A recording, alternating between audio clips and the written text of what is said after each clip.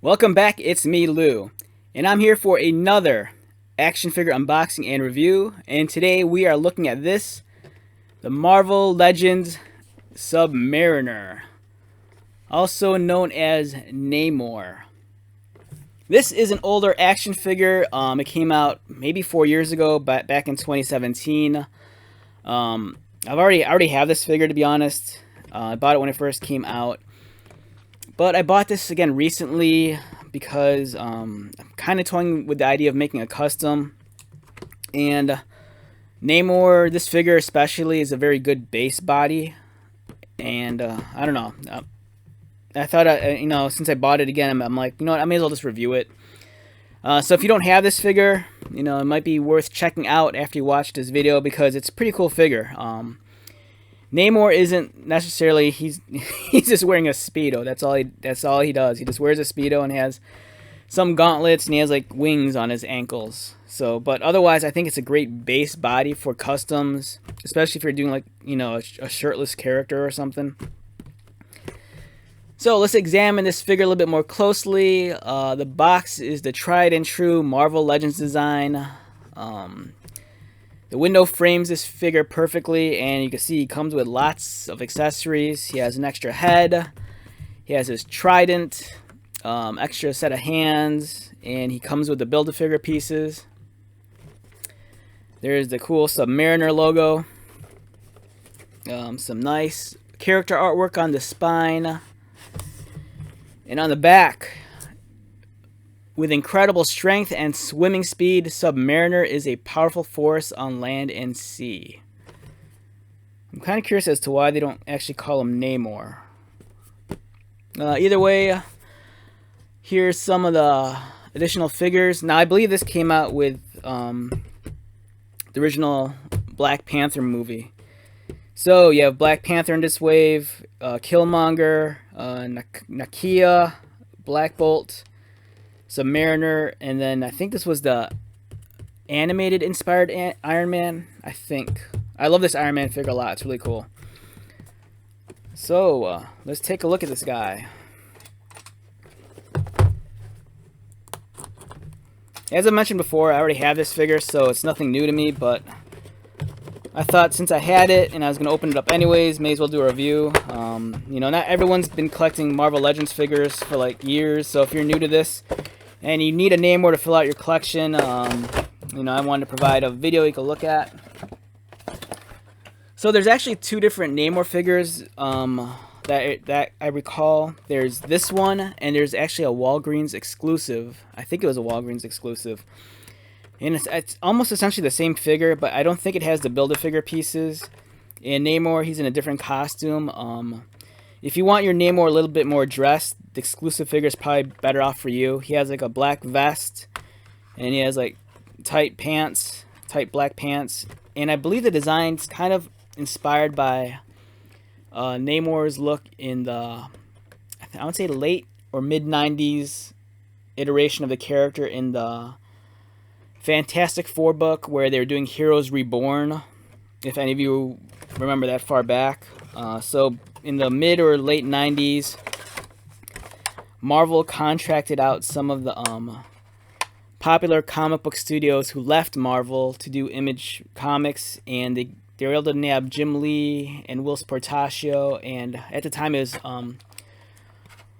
what would later be called Wildstorm Studios. I believe it was Homage Studios, and the books that they were doing, Jim Lee was given Fantastic Four, Will Portacio was given Iron Man, Rob Liefeld and his Extreme Studios, I think they were doing Captain America and the Avengers. And then the whole point of Heroes Reborn was they were kind of like re-jumpstarting like some of the iconic superheroes in the Marvel world, like Captain America and the Fantastic Four. And they wanted to really draw attention to it, so they assigned these giant, big-name art studios to it, and they kind of re-envisioned the characters. So it's kind of like a ground-up kind of thing. But I'm kind of straying off of that. This Namor isn't the Heroes Reborn Namor. This is strictly this OG plain Namor. First impressions of the figure in the tray. It's awesome. It looks like Namor. It's everything I expect out of a Namor action figure.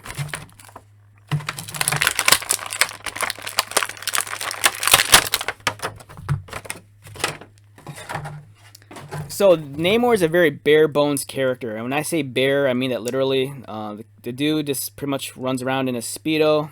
Not a whole lot to his costume. I mean, you're talking about the King of Atlantis, and he's a really, I don't know. Namor's one of those dudes. I was having this conversation with my brother the other day. It's kind of like, as much as I love Namor, he's in the comic books. He's like the world's biggest prick. He's very arrogant. He's very pompous. He's technically Marvel's first mutant. He's King of Atlantis, and he controls the oceans, which in the comic books, he's not shy about reminding people that he controls like 75% of the Earth's, because he runs the oceans. So, he's royalty, he has superpowers, he's pretty badass. In terms of like comic book memories, I was really, really fond of the Bill Jamis Namor series. This was probably early 2000s or late 90s. And it was part of Marvel's subline. I think it was their Tsunami line of books. And Marvel, I don't know, they were experimenting with different labels and sub-labels, and one of them was the Tsunami line, and that book, they had a Namor book, but it was more so about Namor as a teenager growing up and growing into the role of being like who he'd become, and I remember loving that book so much. It's written by Bill Jamis, and I think the artwork might have been done by Salvador LaRocca, I think.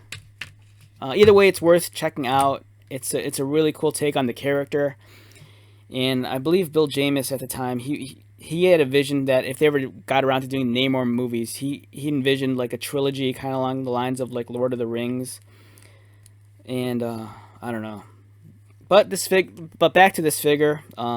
It's a beautiful figure. The body, it's I mean, not much to say. It's a nude guy. Really, really, really muscular. He's really cut. It's almost kind of disgusting, like how ripped he is. Like the cuts here are really deep, so it's really exaggerated. I'm kind of noticing under this light, the camera might not catch it, but it's the flesh tone on his torso is a little bit different than the flesh tone on his arms. But if you're looking at this figure from a distance, you might not notice that. His Speedo, the sculpt is nice and crisp.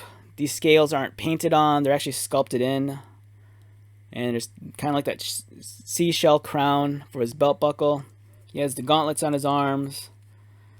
I always like Namor because he also kind of looks like Mr. Spock from Star Trek. So if you wanted to, you could either say he's a Vulcan or an elf with the pointed ears. If you wanted to kind of like just do a head swap and throw this guy somewhere else. And speaking of head swaps, this head removes easily. And if you wanted to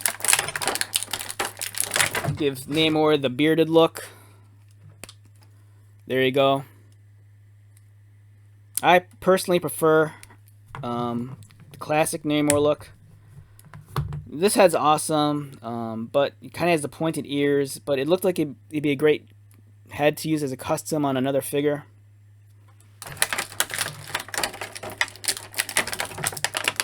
Comes with additional hands.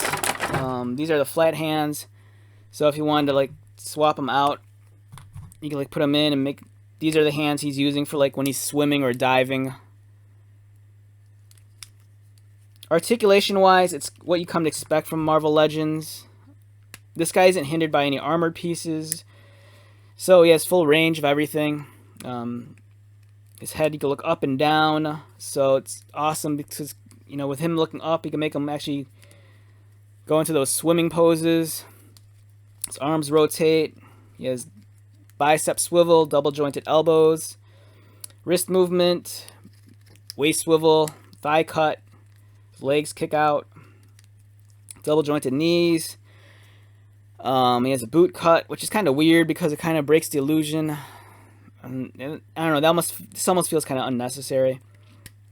His ankles move, and he has his wings. They're a separate piece, but they're glued into his ankles. He has this big ass trident. Mine's a little warped. You can easily correct this. Just put it in some boiling water and reshape it out and run it under cool water, and you could, have his trident be all straight and, yeah, you can straighten out his trident that way. So yeah, not a whole lot to say about this figure. If I had to rate this guy numerically, I don't know. For what he is, it's a near perfect interpretation of the character. So in that sense, you could easily say a 9 or an 8. But at the same time, you could say that might be a little too high and a little bit too generous for a guy that's just practically naked. But he looks exactly like what he should look like. It's Namor, ruler of Atlantis, king of the seas. He loves Sue Richards, and he detests Reed Richards for the fact that he's married to her. He's really cool. Namor's one of those dudes that, for some reason, he can't always hold a monthly comic book. They'll bring him back every now and then, and he appears in other people's comics. And there was a couple of years where he was actually, he's Marvel's first mutant, so it only makes sense they'd make him an X-Men character. So for a while, he was aligned with the X-Men.